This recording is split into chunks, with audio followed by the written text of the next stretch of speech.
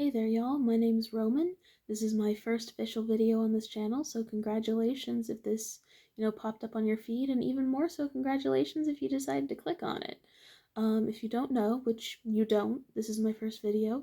I am a trans man, my pronouns are he, him, and I don't know, this is just a video about thinking and thoughts and so on, as a lot of videos here are. So, if you clicked on this video, I really don't know who you are. What do you like? What drew you to this? Why did I make this video? The real reason that you should watch it, why I made it. They're connected. I mean, I really just have a lot of inspiration from a lot of different places. And, I feel like I want to synthesize that information somewhere that isn't just, my notes app. I'm going to talk about things like philosophy, YouTube, self-improvement, all the things that are fun and interesting to me. I recently stopped trying to force myself to read fiction, and I switched to nonfiction, podcasts, nonfiction books. I'm reading a really good one that I'm going to talk about.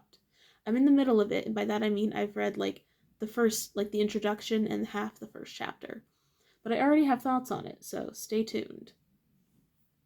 So, you may be thinking, Roman, what's your inspiration? What YouTube? What podcasts? Well, I am glad you asked. I will link all of the stuff I talk about. So sorry for that weird jump cut. My younger sibling decided to say goodnight to me. It's very sweet. We are besties. Anyways, so I will link everything that I talk about in the description of this video. And yeah, so like I said, this is, well, actually, no, I haven't. I said that in a previous take. Lucky me. But I have been going on this journey on and off for years. This is my most recent iteration, and I'm hoping that by talking about it, it'll, stick a little better. A lot of what's been helping me has been, like I said, different YouTube videos, podcasters, specifically Wild Geese by Anna Howard, Hot and Unbothered by Brianna Gomez, and the channel run by Morgan Evelyn Cook. Like I said, I'll link these. I really recommend you check them out. They are wonderful, and I really do, consider them and, others in their field to be our modern day philosophers. Honestly, just me, don't come for me. I'd consider them an improvement because a lot of, what I found is that theory, ancient theory, Plato, Socrates, Aristotle, those are the most basic examples. I promise I know more philosophers than that. They're very much interested in, why the world works. Not exactly, much to do with what we should do about it, maybe? I don't know. A lot of it, to me, is just more about the how and not the why, which is why, terrible segue, I want to talk about the philosophy of humanism and how that ties into YouTube self-improvement, podcasting, kind of. So if you've made it to the 3-minute and 45-second mark, congratulations, you've made it to the meat of the video. So I've been reading this book. It's called Humanly Possible by Sarah Bakewell. And like I said, just the introduction and half the first chapter. But the introduction alone had me hooked. And like I said, I have been trying to get myself to read for ages. I really want to read the Twilight series, specifically Midnight Sun, because I think Edward Cullen is hilarious and terrible, and he compels me. But I really engage better with nonfiction, and if you're having trouble reading, I really do suggest that you try something like this. It's really, really accessible in the way that primary source theory cannot always be, which I think is great. It works for me. And, hey, I'm a pretty regular guy. It might work for you, too. So, the book, like I said, is Humanly Possible by Sarah Bakewell. And in her introduction, she says that there are really a lot of loose definitions of Humanism as a Philosophy. I'm going to flip back to my notes on that section because there's a quote that I want to show you. So she says, quote, "I do believe that there is such a thing as a coherent, shared humanist tradition, and that it makes sense to consider all these people," unquote, philosophers, so that's a sidebar, "together. Quote, they are linked by multicolored but meaningful threads," end quote.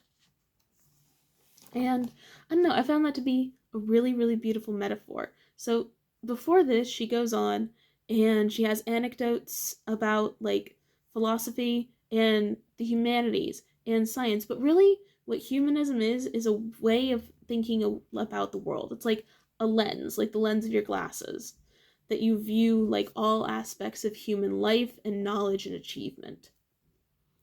And so, like, I really think that like self-help YouTube podcast girlies, gender neutral, are our modern day philosophers, our modern day humanist philosophers. And hear me out here. Okay, so I'm going to do some quoting of this book and some paraphrasing of this book about her paraphrasing other philosophers. So there's like dual paraphrasing going on here. So I really do encourage you to, first of all, fact check what I'm saying. 2, go research it on your own for fun. Anyways, so first of all, Robert G. Ingersoll's creed, which humanism doesn't really have a quote-unquote creed, and only in very, very recent times have they ever really been organized or called humanists even, which that's a whole historical thing, which is kind of the point of the book, is kind of cataloging a lot of it, which, awesome, I really enjoy that. But anyways, he was a quote from Bakewell, a 19th century American freethinker or non-religious humanist, end quote, from Bakewell. And the creed goes like this, so quote from Ingersoll, quote, "Happiness is the only good. The time to be happy is now. The place to be happy is here. The way to be happy is to make others so." And this really ties back a lot to one of the most, if not the most recent episode of Wild Geese as of March 27, 2025 by Anna Howard. And it's called, I believe, How to Be a Better Villager. I will correct that if I'm wrong. And of course I'll link it. But anyways, in her podcast episode, she talks a lot about like building community and not just buying into pseudo communities, not just the internet community of people like you, but the people literally in your area, like in your vicinity. And like the imperfections in that and why that's so important, which I found really, really compelling. And in that, I really think that she channeled, however unintentionally, Ingersoll's creed there. And I don't know, I think that's really beautiful how it's like across hundreds of years, these people who may have, I don't know Anna Howard personally, she may have heard of Ingersoll before, I don't know. But these people who have never interacted, separated by centuries of time, thinking in the same optimistic way about the world, the same compassionate, community-based way about the world. I think that's worth mentioning, and I think that's worth celebrating. Speaking of celebrating, another segue, I'm getting better at them, it seems, over time. Gianozzo Manetti wrote in around the 1450s On Human Worth and Excellence, in which he details all of these beautiful achievements by humanity. Circa 1450s, by the way, so we've come a long way since then. So the fact that he's writing this is pretty great. And, okay, that's page 16 and 17. Sorry, I'm literally looking in my book as I do this. And so he goes on and he just lists all of the beautiful things that humans have created. But then after he celebrates our achievements, he tells us, essentially, paraphrasing here, to not rest on our laurels, to use the achievements that we've made so far as the motivation to move forward and, create more great things, to one up ourselves. And, that's something that I really resonate with personally, which I think is kind of why I'm making this video, because I want to celebrate the human excellence that I see in what some people would consider, mundane or frivolous or whatever. Because this brings us into Hot and Unbothered by Brianna Gomez. And I just watched one of her videos today, and it was one of her most recent videos, again, as of March 27th, 2025, about the spring reset. And, at first, you like hear her talk, and to a lot of people who, I don't know what kind of people would think this besides me, but I'm sure I'm not the only one. I was like, is this a bit? I don't know. It might be that her personality is different behind the camera. It totally is. But whether or not, I don't really care. That's not my place to speculate. So, the thing is, like, she's so nice. She is so nice and so cheerful.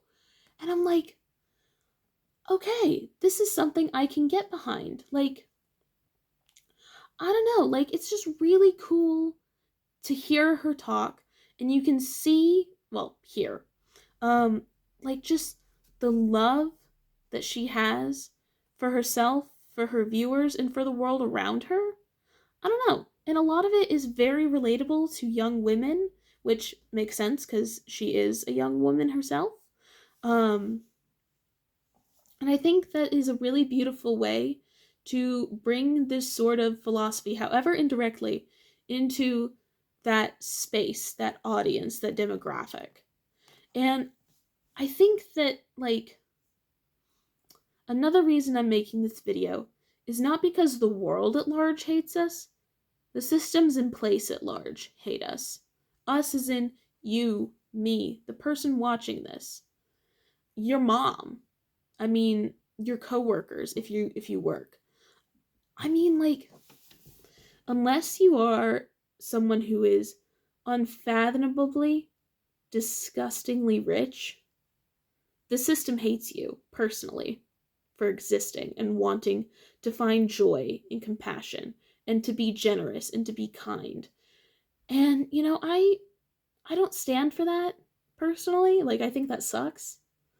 Um, there's a lot of talk that I could do about, like, intersectionality, about how much the world is going to hate you depending on things outside of your control. Anything from your race, your gender, sexuality, economic status. Literally, there's so many things. There's so many things. There's so many things. But, like, I don't know. I feel like, actually, I do know. Literally, nationalism isn't the answer. There's this fun little anecdote, well, an analysis, I think analysis is a better word, done by Bakewell in the book Humanly Possible, where she takes both a communist school of thought and fascist imperialism, and she kind of puts them on two extreme ends of, I guess, a horseshoe. Because nationalism is going to drive us back into the past in a way that isn't good. And it deals a lot with, like, subsuming personal joys and desires into that of the state, the common good. And common good and community are different than subsuming the individual into a nation, I think. And I think that's an important distinction to make. But also, if you look at communism or utopian socialism, hear me out here, the revolution isn't coming. The revolution isn't coming. I mean, like, if there is going to be a revolution, it's going to be in you, today, where you live. Like, that's all there is. There's only the present time. There's only one day at a time. And there is only one thing you can control, and that is you. Whew, well, that was a lot. How are we feeling? I'm feeling like I need a drink of water. Sorry if you hear my drinking noises through my headphones. All right. Next section of the video. Gracious, we're just moving right along here. So, you may be thinking, Roman, what, why, how, who, where, who, what, when, where, why, how? Y'all remember that one? Anyways, like, how do you get the energy, the motivation to get out of bed in the morning when, like, a lot of things suck? Like, a lot of things are awful right now. But you know what? Like, I'm not going to say don't care about it, because care is an indicator of your compassion for others, and that's not something that you want to lose. The thing is, like, I don't know. I don't have the answers. If you clicked on this YouTube video looking for, the answers to the universe's secrets and how we become the perfect version of ourselves, like, I don't have that.